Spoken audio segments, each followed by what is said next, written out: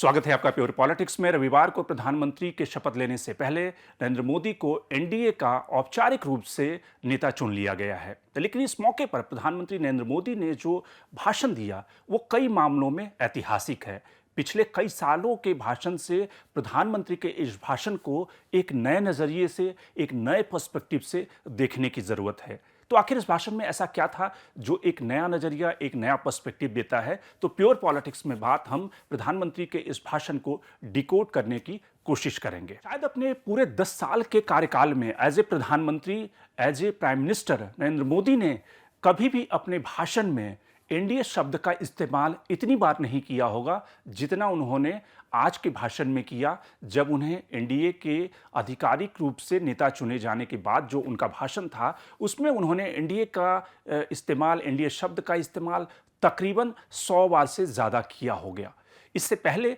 अगर बीजेपी सरकार यानी कि जब भी एनडीए सरकार यानी कि 2014 और 2019 की जो सरकार थी वो भी एनडीए सरकार थी, लेकिन वो सरकार सिंबॉलिक एनडीए सरकार थी और उस सरकार को मोदी सरकार के नाम से जाना जाता था। और चाहे जब भी किसी भी मंच पे हो, किसी भी कार्यक्रम में मोदी सरकार की जो तारीफ, मोदी सरकार ने किस तरह से, किस दिशा में, किस क्षेत्र में, किस सेक्टर के लिए क्या काम किया, तमाम नेतागण, बीजेपी के नेतागण उसको गिनाते नहीं थकते थे। लेकिन भाषण में प्रधानमंत्री ने बीजेपी सरकार का एक बार भी नाम नहीं लिया। उन्होंने जब भी रेफरेंस किया, जब भी उन्होंने बात कही, वो एनडीए सरकार की बात कही। और प्रधानमंत्री ने तो यहां तक कहा कि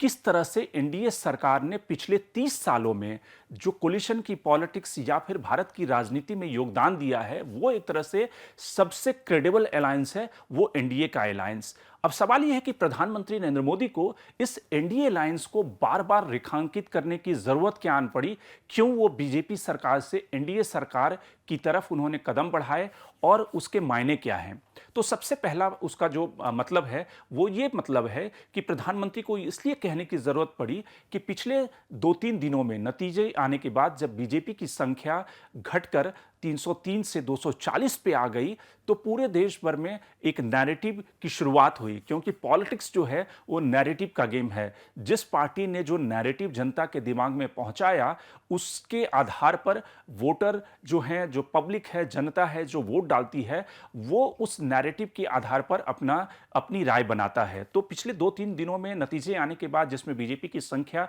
घटी, उसके बाद ये नैरेटिव बिल्डअप शुरू हुआ अपोजिशन पार्टियों की तरफ से कि प्रधानमंत्री नरेंद्र मोदी ने अपना मैंडेट खो दिया है। यानी कि संख्या बल तो है उनके पास सरकार चलाने के लिए, लेकिन जो मैंडेट होता है, जो सरकार का इकबाल होता है, जो पॉपुलर वोट होता है, वो प्रधानमंत्री नरेंद्र मोदी खो चुके हैं।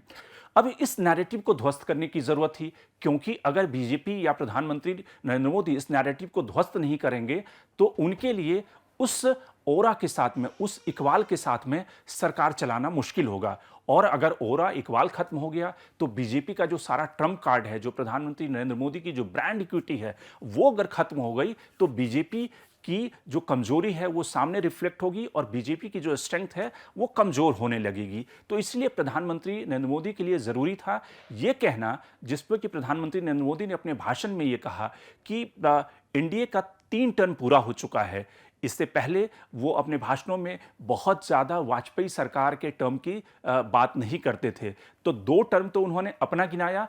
तीसरा जो टर्म था वो वाजपेयी सरकार का लिया और उन्होंने कहा कि चौथे टर्म की अब शुरुआत है। यानी कि 2024 का जो मैंडेट मिला है वो कोलिशन सरकार के लिए मिला है। तो एनडीए के 3 टर्म उन्होंने गिनाए, जिसमें 2 मोदी सरकार जो पहले कहा जाता था, एक वाजपेयी सरकार का एनडीए कोलिशन, और चौथा जो रियल मायनों में नरेंद्र मोदी के लिए कोलिशन सरकार की शुरुआत है, उसको उन्होंने गिनाया। उन्होंने ये भी कहा कि किस तरह से वो एक पहले कार्यकर्ता के रूप में एनडीए का काम कि एनडीए का जो फॉर्मेशन था उसको वो देखते थे और उसके बाद में फिर वो एनडीए के पार्टनर के रूप में और फिर उसको लीड करने का उन्हें मौका मिला। तो एक तरह से प्रधानमंत्री जो फोकस था, उन्होंने एक तरह से जनता के दिमाग में और खास करके अपने जो अलायंस पार्टनर हैं उनके अंदर भी ये कॉन्फिडेंस दिलाने की कोशिश की कि पहला कि ये एनडीए सरकार है और आप कतई मत समझिए कि ये बीजेपी की सरकार है और उस तरह से बीजेपी असर्टिव होकर दूसरे अलायंस पार्टनर की राय नहीं रखेगी, उनकी राय नहीं लेगी। तो यानी कि अलायंस पार्टनर को ये भरोसा होना चाहिए कि ये एनडीए की सरकार है। इसलिए प्रधानमंत्री नरेंद्र मोदी ने बार बार एनडीए शब्द का इस्तेमाल किया और उन्होंने इस बात का भी उदाहरण दिया कि किस तरह से एनडीए पार्टनर जो हैं अलग अलग राज्यों में, चाहे वो नीतीश कुमार हो या चंद्रबाबू नायडू हो, इससे पहले जब चंद्रबाबू नायडू मुख्यमंत्री हुआ करते थे तो उन्होंने अपने राज्य में गुड गवर्नेंस की स्थापना की, जिसका कि टर्मिनोलॉजी में उन्होंने कहा कि एनडीए का मतलब है गुड गवर्नेंस। कि जब भी लोग ये सुनते हैं कि एनडीए सरकार है तो उनके दिमाग में ख्याल आता है कि ये सरकार गुड गवर्नेंस दे रही है। तो इसका मतलब ये था कि वो अपने एनडीए के अलायंस पार्टनर खासकर चंद्रबाबू नायडू और नीतीश कुमार के दिमाग में भी ये बात डालना चाहते थे कि ये सरकार जो है आपकी भी है, आप भी इसके उतने ही स्टेक होल्डर हो जितनी की बीजेपी है। यानी कि जो बीजेपी की असर्टिव सरकार 10 सालों में रही है उससे इतर वो एक नए मोल्ड में अपने को इवॉल्व कर रहे हैं उस कोलिशन को चलाने के लिए। दूसरा जो मतलब था उनके भाषण को अगर डिकोड करें तो दूसरा उनका जो नैरेटिव था कि जिस तरह की नैरेटिव अपोजिशन पार्टियों की तरफ से पिछले कुछ दिनों में चल रहा है, उनको ये दिखाना था प्रधानमंत्री नरेंद्र मोदी को अपने भाषण के जरिए कि जो कांग्रेस या फिर अपोजिशन पार्टियां कह रही है कि एक तरह से नरेंद्र मोदी की हार हुई है, तो उसमें उन्होंने एक के बाद एक आंकड़ों के जरिए समझाने की कोशिश की कि कांग्रेस का अगर तीनों टर्म का 2014 में जो कांग्रेस को सीटें मिली, 2019 में जो सीटें मिली और 2024 में जो सीटें मिली, उन सबको जोड़ दिया जाए तो उससे ज्यादा सीटें तो बीजेपी की इस बार आई है। यानी कि 240 का आंकड़ा है, वो 3 टर्म में भी कांग्रेस उस आंकड़े पर नहीं पहुंच पाई है, वो 100 के आंकड़े पर सिमटी हुई है। तो बताने का ये मतलब था कि जो ये बार बार कहा जा रहा है कि सरकार की हार हुई है, सरकार ने मैंडेट खो दिया है, इकबाल खो दिया है, उसको ये बताने की कोशिश थी कि सरकार ने कोई इकबाल नहीं खोया है और सरकार के पास मैंडेट है, सरकार के पास नंबर है और बीजेपी का जो आंकड़ा है वो कांग्रेस के 3 टर्म के आंकड़ों से ज्यादा है। इसके अलावा जो प्रधानमंत्री उस नैरेटिव को ध्वस्त करने के लिए उन्होंने कई सारे फैक्टर भी गिनाए। उन्होंने कहा कि किस तरह से जिन राज्यों में, यानी कि जो ट्राइबल स्टेट हैं, 10 राज्यों में से 7 राज्यों में एनडीए की सरकार है, इसके तो ये सारे जो एनडीए शब्द का इस्तेमाल करके वो कोलिशन की पॉलिटिक्स और किस तरह से एनडीए अपने ज़माने में वाजपेयी के ज़माने से लेकर नरेंद्र मोदी के ज़माने तक एक गुड गवर्नेंस की सरकार का सिंबल रहा है, उसके ज़रिए उन्होंने ये बताने की कोशिश की कि एनडीए जो है वो देश की स्पिरिट और देश का जो सोल है, जो उसकी आत्मा है, उसका वो रिफ्लेक्शन है, उसका प्रतिबिंब है। उन्होंने इन शब्दों का इस्तेमाल किया कि जो इंडिया की स्पिरिट है उसका सिंबलिज्म, उसका प्रतिबिंब करता है एनडीए। यानी कि अब जो नई एनडीए सरकार बनी है चंद्रबाबू नायडू और नीतीश कुमार के साथ में, वो नेशनल स्पिरिट को पूरा करेगी। और चूंकि अपने भाषण में, जब प्रधानमंत्री नरेंद्र मोदी के भाषण देने से पहले जब चंद्रबाबू नायडू और नीतीश कुमार उन्हें सेकंड कर रहे थे उनके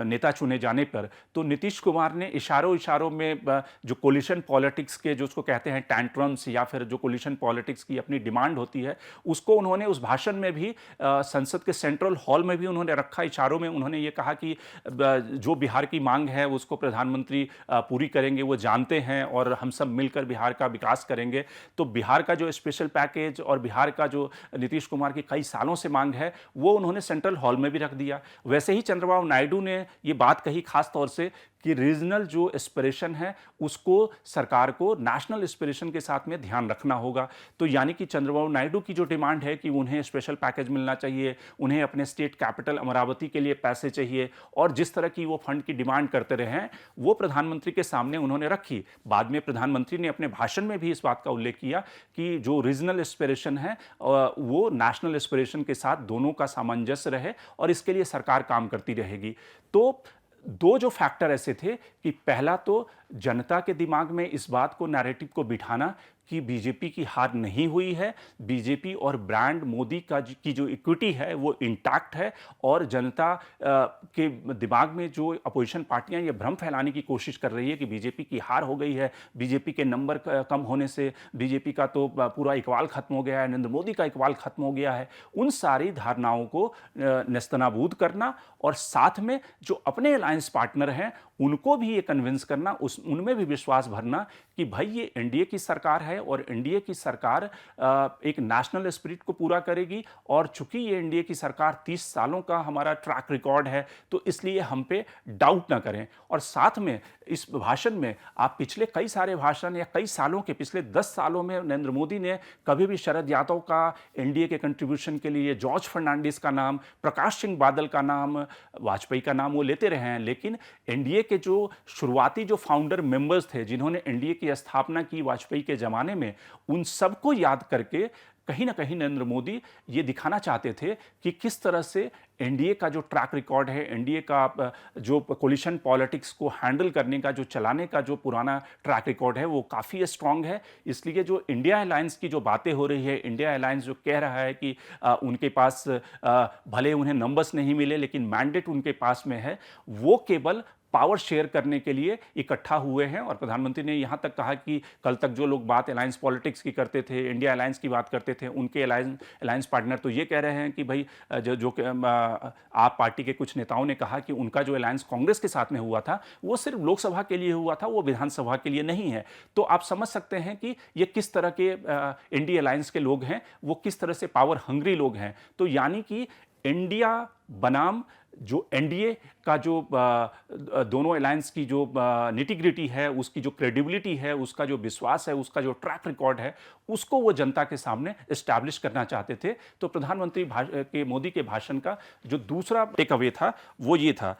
तीसरी बात जो प्रधानमंत्री नरेंद्र मोदी ने कही, जो लोगों को ये लगता था कि प्रधानमंत्री नरेंद्र मोदी रिड्यूस नंबर के साथ में वो बड़े एकोमोडेटिव होंगे, प्रधानमंत्री पूरी तरह से एग्रेसिव थे और उन्होंने अपने उस एग्रेशन में इंडिया अलायंस के ऊपर एक के बाद एक अटैक किया। उन्होंने ये कहा कि किस तरह से ये एनडीए अलायंस के लोग ईवीएम की अर्थी निकालने को तैयार थे और किस तरह से ये तैयार बैठे थे कि अगर नंबर्स उनके फेवर में नहीं आएगा तो वो देश में वायलेंस करेंगे, किस तरह से ईवीएम की अर्थी निकालेंगे। तो एक तरह से वो ये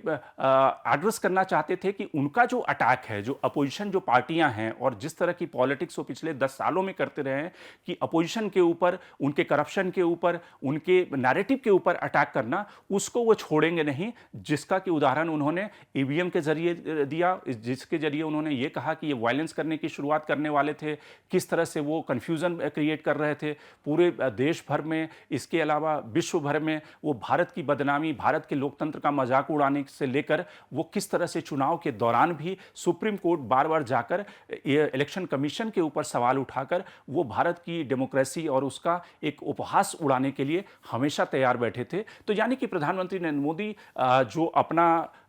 एग्रेसिव एटीट्यूड है उसके साथ में इंटैक्ट रहेंगे, लेकिन जो मेन कोर है उनकी स्पीच का कि वो एक कोलिशन पॉलिटिक्स में एकोमोडेटिव एटीट्यूड के साथ उतरे हैं और जिसकी शुरुआत उन्होंने नतीजे आने के बाद कर दी थी। उन्होंने सबसे पहले नीतीश कुमार को फ़ोन किया, चंद्रबाबू नायडू को फ़ोन किया। आज की स्पीच में जिस तरह से उन्होंने 100 बार से ज़्यादा एनडीए का इस्तेमाल किया और उन्होंने बताने की कोशिश की कि ये जो एनडीए अलायंस है वो ये वाजपेयी के ज़माने का एनडीए अलायंस है और ये भारत की रीजनल स्पिरिट को पूरा करता है। यानी कि कोट अनकोट जो चंद्रबाबू नायडू कहेंगे, जो नीतीश कुमार कहेंगे, उनकी बातों का ध्यान रखा जाएगा, उनकी इच्छाओं का सम्मान किया जाएगा और उनकी जो मांगे हैं उसको एकोमोडेट करते हुए ये सरकार चलेगी। तो प्रधानमंत्री कुल मिलाकर बीजेपी की सरकार से एनडीए सरकार पर आ गए हैं और उसके साथ में प्रधानमंत्री एक नए एकोमोडेटिव एटीट्यूड के साथ में अलायंस को लीड करने की दिशा में आगे बढ़ रहे हैं। तो प्योर पॉलिटिक्स में बात इतनी ही।